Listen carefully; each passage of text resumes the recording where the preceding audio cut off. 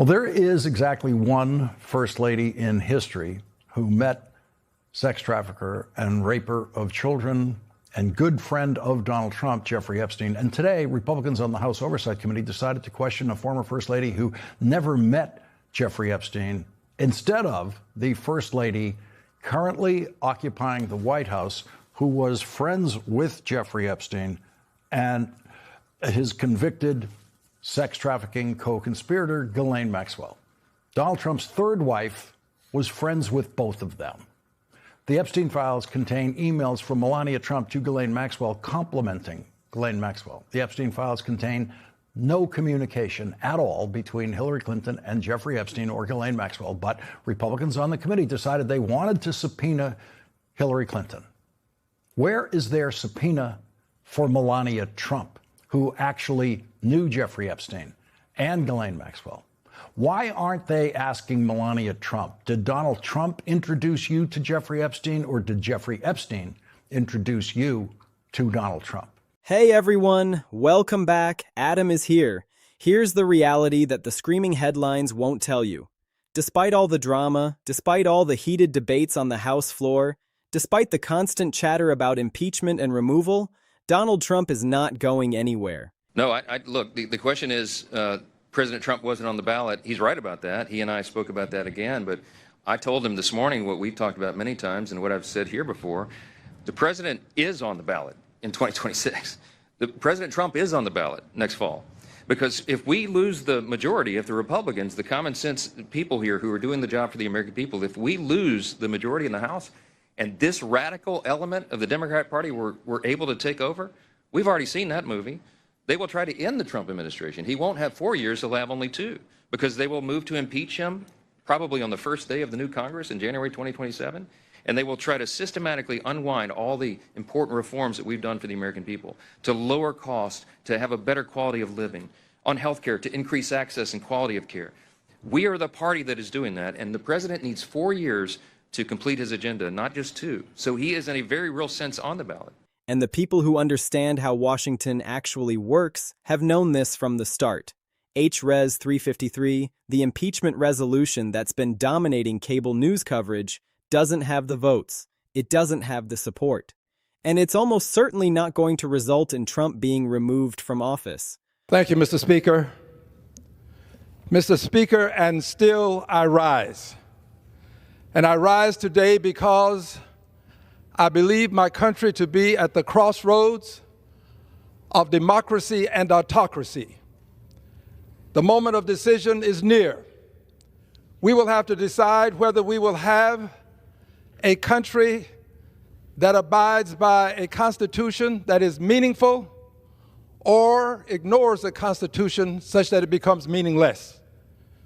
I choose to stand on the grounds laid by the founders and framers of the Constitution. I stand today to announce that at the conclusion of this 1-minute message, I will bring articles of impeachment to the attention of the House of Representatives. Mr. Speaker, I yield back. What you're watching is political theater dressed up as constitutional crisis. Let's start with the basic facts that are getting buried under all the noise. Res. 353 was introduced back in 2025 with articles alleging high crimes and misdemeanors against the president. Democrats are pushing charges tied to the Epstein files and the document withholdings. They're pushing obstruction of justice claims. They're tying it to January 6th and the Capitol riots. They're making a comprehensive case that Trump has committed impeachable offenses serious enough to warrant removal. The White House, predictably, is calling it a witch hunt. Trump's team says this is purely partisan politics, Democrats trying to undo an election they lost, with no legitimate basis for impeachment. But here's what the mainstream media is glossing over. This impeachment resolution lacks majority support in the House. It hasn't passed. It hasn't even come up for a real vote. There's debate happening on the floor, heated exchanges between Democrats and Republicans, but no vote has actually occurred. The resolution is sitting in debate limbo while politicians talk past each other. And when you look at where the smart money is, the picture gets even clearer. Betting markets, where professionals put actual money on political outcomes, give impeachment conviction only a 14% chance by the end of the year. 14%. That's not a likely outcome. That's professional gamblers saying this probably isn't happening. The historical context matters here too. Previous impeachment resolutions similar to this one have been tabled in the House by votes of 237 to 140. That means they were brought up for debate and then killed procedurally. They didn't advance. They didn't move toward a vote. They were defeated and set aside. There's no reason to think H-Res 353 will have a different outcome. Now let's talk about the Senate math, because this is where impeachment goes to die. To convict a president and remove them from office, you need 67 votes. That's a two-thirds majority. Democrats have 51 votes in the Senate. That means they need 16 Republicans to reach the threshold. 16 Republican senators would have to vote to convict Donald Trump. In the current political environment, with the Republican Party largely unified behind Trump, with Republican senators facing primary challenges if they vote to convict, with the base fiercely loyal to the president, the chances of getting 16 Republican votes are effectively zero. The political pressure is all in one direction. Stay loyal, vote to acquit, don't cross Trump. So you've got an impeachment resolution that lacks votes in the House. You've got a Senate conviction path that's politically impossible. You've got betting markets giving it a 14% chance. You've got historical precedent showing similar resolutions get tabled and defeated. And yet the media keeps drumming about impeachment momentum, impeachment pressure, Trump facing removal. It's theater. It's political noise. It's Democrats going through the motions to show their base they're fighting, that they're doing something, that they're not just passively accepting Trump's presidency. Trump's extended State of the Union address on February 24th ran 108 minutes. He talked about a turnaround, about what his administration is doing, about his agenda and vision. His approval ratings aren't great, somewhere between 37 and 43% depending on the poll.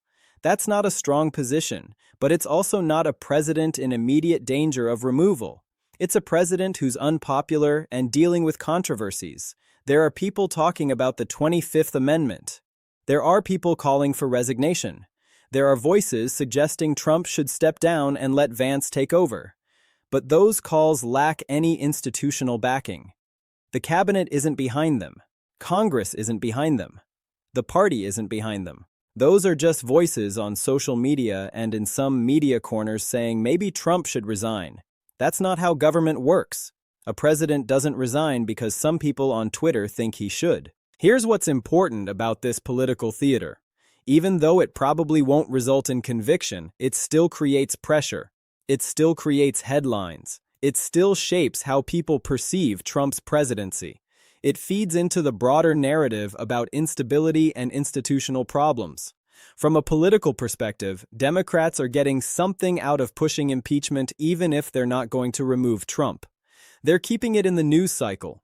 They're giving their base something to rally around. They're creating the appearance of fighting and resistance even if the outcome is predetermined. And that's actually kind of depressing when you think about it. Impeachment is being used as a political tool to create narrative and appearance, rather than as a serious constitutional process designed to address genuine presidential wrongdoing. It's the system being broken in a different way than people usually talk about. It's not that Trump is uniquely bad or that the system can't check his power. It's that impeachment has become so partisan, so divorced from its actual constitutional purpose, that it's just another political weapon. Let's dig into why this impeachment is stalling and why it won't result in removal. H-Res 353 was introduced in 2025 with articles alleging high crimes and misdemeanors. The charges are about obstruction of justice tied to the Epstein files, abuse of power, connections to January 6th and the Capitol riots. Democrats are painting a picture of a president who has abused his power and violated the Constitution. That's the argument they're making in the House debate. But debate doesn't mean a vote is coming. Debate doesn't mean the resolution has momentum. Debate just means members of Congress are standing up and talking. Yes, there are partisan clashes and heated exchanges. Democrats make passionate arguments for impeachment, while Republicans defend Trump and attack the witch hunt. But none of that debate has resulted in a vote. None of it has moved the resolution toward passage. Historical precedent shows similar resolutions have been defeated. H.Res. 939 was brought up for a vote and tabled, killed procedurally by a vote of 237 to 140. That means even though some members supported it, it didn't have enough support to move forward. There's no reason to think H.Res. 353 will have a different outcome. If anything, it will likely be defeated the same way if it ever comes up for a vote. The White House calls this a witch hunt, and they're not entirely wrong about the partisan element. This is clearly being driven by Democrats who oppose Trump politically. This is clearly being used as a political tool to attack the president. But that doesn't mean the underlying charges lack merit. It doesn't mean Trump hasn't done things that could be considered impeachable.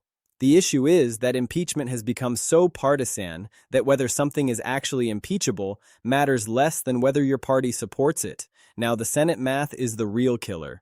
Even if H.Res. 353 somehow passed the House, which it won't, it would go to the Senate for trial and vote. And in the Senate, you need 67 votes to convict and remove. 2/3 majority. Democrats have 51 votes. They need 16 Republicans to reach 67. 16 Republican senators would have to vote to convict Trump. In the current Republican Party, that's not happening. Republican senators face political pressure from their base. Trump is popular with Republican voters. Republican voters don't want their senators voting to convict Trump. Any Republican senator who votes to convict faces serious consequences. Primary challenges, grassroots opposition, calls for resignation. The political cost is extremely high. The benefit of voting to acquit is also high. So Republican senators are incentivized to stay loyal and vote against conviction. Maybe 1 or 2 or 3 Republican senators might consider voting to convict. But 16? That's not politically realistic. That's not happening in this environment. The math doesn't work. The votes aren't there. Everybody knows this. The betting markets know it. The odds makers know it. The political analysts know it. Conviction is politically impossible. So why are Democrats still pushing this? Because impeachment, even without removal, serves political purposes. It keeps Trump in the news for negative reasons. It reinforces narratives about presidential misconduct. It gives Democrats something to point to and say, "We fought, we tried, we did our job." It motivates the Democratic base by showing they're standing up to Trump. Impeachment becomes a political tool for narrative building and base motivation rather than for actually removing the president. That's different from what impeachment is supposed to be. It's supposed to be a serious constitutional process for addressing genuine presidential wrongdoing with broad support across the political spectrum. But that's not what this is. This is one party using impeachment as a political weapon against the other, while knowing it won't result in removal. Trump's State of the Union address on February 24th ran 108 minutes. He talked about a turnaround, about what his administration is doing. His approval ratings are in the 37 to 43% range. That's not great, but it's not historically low either. Previous presidents have had approval ratings in that range and survived politically. Trump isn't facing imminent political collapse. He's not facing his own party turning against him en masse. He's facing criticism and low popularity, but not removal. Calls for the 25th Amendment or resignation lack institutional backing. Nobody in Trump's cabinet is seriously pushing the 25th Amendment. The cabinet serves at Trump's pleasure. They're there because Trump wants them there. If they started agitating for the 25th Amendment or pushing Trump to resign, he'd just fire them. There's no institutional mechanism within the executive branch forcing Trump out. Congress could impeach and the Senate could convict, but that's politically impossible. Trump is insulated, protected by the political realities of having a loyal party and a Senate that won't convict him. So, what does this all mean? H.Res. 353 is almost certainly not passing the House. It lacks majority support. It hasn't come up for a vote. Previous similar resolutions were tabled and defeated. The most likely scenario is that this impeachment resolution gets debated with heated exchanges but ultimately gets tabled procedurally or defeated in a vote. Either way, it doesn't pass. It never reaches the Senate. It never becomes a real impeachment threat. Democrats are probably okay with that outcome on some level. Even without removal, they get to talk about impeachment, they get headlines, they get to make arguments about presidential misconduct, they motivate their base by showing they're fighting. From a purely political standpoint, the debate serves Democratic purposes even if the resolution doesn't pass and Trump isn't removed. But from a governance standpoint, from a constitutional standpoint, this is depressing. Impeachment being used as a political tool rather than a serious constitutional process. One party initiating impeachment proceedings with essentially no chance of succeeding, but still creating political noise and narratives. That's not how the framers intended impeachment to work. They intended it as a serious, grave step taken only when there was broad support across the political spectrum for removing the president. In today's partisan environment, impeachment is just another political weapon. Even if H.Res. 353 somehow passed the House, conviction in the Senate is politically impossible. 16 Republican votes aren't happening. Republican senators won't convict Trump. They won't cross that line. The political pressure is all towards staying loyal. The Senate math makes conviction impossible. Even if the House passed articles against all expectations, the Senate would almost certainly acquit. The votes just aren't there. The political coalition needed to convict Trump doesn't exist. What this means for Trump's political position, even though he's unpopular, approval ratings in the low 40s, facing criticism and controversy and institutional problems, he's essentially insulated from removal through impeachment. The constitutional process that's supposed to check presidential power is basically non-functional in a partisan environment. Trump could probably survive almost anything short of complete party defection, and that's not happening. That doesn't mean Trump is thriving or in a strong position. His approval ratings are mediocre. He's dealing with Supreme Court losses, tariff defeats, government shutdown, Iran crisis, all kinds of problems and controversies. But none of those things will result in his removal through impeachment. None will force him out. They might damage his presidency, weaken his political position, but they won't remove him from office. For Democrats, pushing impeachment they know won't succeed might actually hurt them politically. If you push impeachment and it fails, if you make this big show of trying to remove the president and it doesn't work, that can make you look weak. Voters can lose confidence. Democrats might be making a strategic mistake by pushing impeachment so hard when they don't have the votes to convict. On the other hand, if Democrats don't push impeachment, their base gets demoralized. Their base wants to see them fighting, taking aggressive action against Trump. So Democrats are trapped. Push impeachment and look weak when it fails, or don't push it and demoralize the base. Either way, it's not a great position. For Trump, the impeachment situation is actually fine. It's theater that won't result in removal. It keeps his base energized because they see Democrats attacking him. It plays into the narrative about partisan witch hunts that Trump and his supporters push. Ultimately, it probably doesn't change Trump's political position much. He'll still be unpopular, still dealing with controversies, still weak on some things, but he won't be impeached, convicted, and removed. The real situation is impeachment as political theater without teeth. Democrats pushing articles that lack House and Senate support with zero chance of removal. The constitutional process used as a political weapon.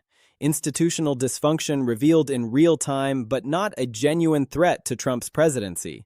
The Iran crisis, the government shutdown, all the other problems Trump is dealing with, those are real issues that could actually harm his presidency and political position. But impeachment? Impeachment is probably not going to be one of them. Impeachment is theater.